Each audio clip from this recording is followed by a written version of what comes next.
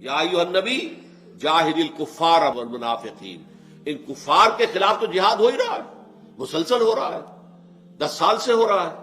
لیکن اب آپ منافقین کے خلاف بھی جہاد کیجیے۔ لیکن یہاں یہ نوٹ کیجئے کہ جاہد کا حکم آیا ہے، لیکن منافقین کے خلاف کوئی فوج کشی نہیں ہوئی،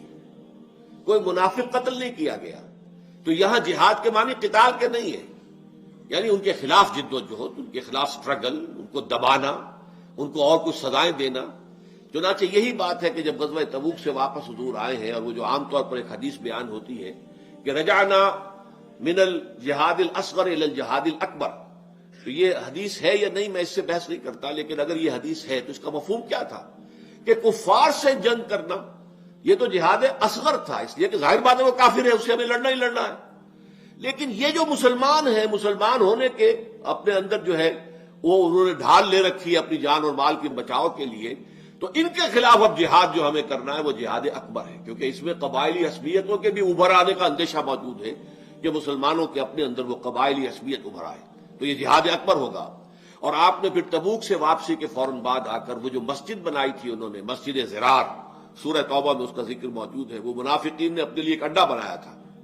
کہ ہمیں جمع ہونے کی جگہ، مشورے کرنے کی جگہ ہونی چاہیے ہماری علیحدہ، اور وہ مسجد زرار بنائی تھی مسجد قباء کے نزدیک۔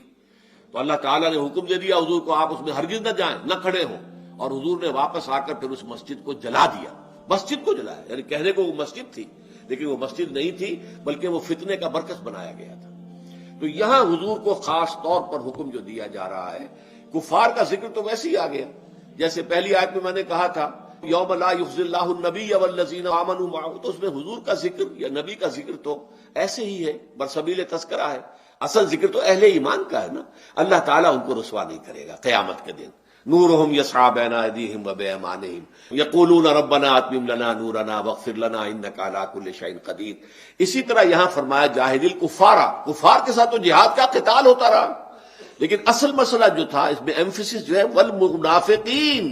اب منافقین پر بھی سختی کی ہے۔ اور یہی وجہ ہے کہ پھر حضور صلی اللہ علیہ وسلم سے واقعات ایسے منقول ہیں کہ آپ نے مسجد میں کہا فلاں ابن فلاں کھڑے ہو جاؤ، ہماری مسجد سے نکل جاؤ، رسوا کر دیا۔ معلوم ہو گیا لوگوں کو کہ یہ تو منافق ہے کہ جس کو حضور نے یہاں سے نکال دیا۔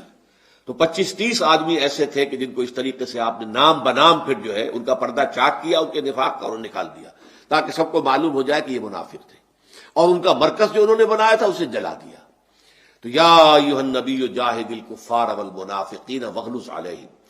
اب اس کا سختی کیجئے ان پر، اس کا ایک تعلق اس صورت کے مجموعی مضمون سے کیا بنتا ہے؟ بظاہر تو یہ نظر آتا ہے اس صورت میں منافقین کا، کفار کا تذکرہ کرنے کی تو کوئی خاص ضرورت نہیں تھی۔ وہ یہ ہے کہ آپ کے اپنے گھر میں بھی تو منافق ہو سکتا ہے کہ نہیں؟ منافق کو آسمان سے تو نہیں اترتا، ہو سکتا ہے ایک بھائی جو ہے وہ مومن صادق ہے، ایک بھائی منافق ہے، ہو سکتا ہے کہ باپ مومن صادق ہے، بیٹا منافق ہے۔ لہذا یہ جو گھریلو زندگی چلی آ رہی تھی، یا ایھا الذین آمنوا قوا انفسکم واہلیکم نارا، اہل ایمان اپنے آپ کو اور اہل و عیال کو آگ سے بچاؤ، اور دیکھو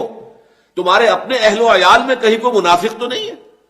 کسی کا اگر ایسا ہے تو وہ رافت جو تمہارے دل میں اس کے لیے ہے، بیٹے کے لیے، بھائی کے لیے جو محبت ہے فطری ہے، وہ آڑے نہیں آنی چاہیے۔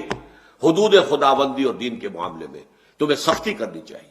اور یہ سختی در حقیقت اولاد کی تربیت کا بھی ایک جز ہے، جہاں نرمی ہو، شفقت ہو۔ انہیں کھانے کو ہمارے ہاں کہا جاتا ہے یہ محاورے کے طور پر کہ انہیں کھلاؤ چوری، چور کر، خوب جو ہے میٹھا ڈال کر، گھی ڈال کر چوری کھلاؤ، چوری، لیکن دیکھو گھور کر۔ ان کے اوپر ایک روب تمہارا طاری رہنا چاہیے، ڈر خوف رہنا چاہیے کہ میرے والدین جو ہے باز پرس کر سکتے ہیں، مجھے سزا دے سکتے ہیں۔ تو یہ سختی اور نرمی کا امتزاج جو ہے جو اولاد کی تربیت میں بھی ہے۔ تو یہاں اس سورہ مبارکہ کے حوالے سے اس کا ایک مضمون جو جڑتا ہے، جو اس کا ربط اور تعلق و قائم ہوتا ہے کہ سختی، رافت، رحمت شوہر اور بیوی کے درمیان مطلوب ہے لیکن ایک حد تک، محبت اولاد سے مطلوب ہے لیکن ایک حد تک، اسی طریقے سے کفر سے اور نفاق سے نفرت سختی یہ مطلوب ہے۔ اس میں کہیں بھی کوئی محبت جو ہے فطری اور طبعی محبت جو ہے وہ آڑے نہ آ جائے۔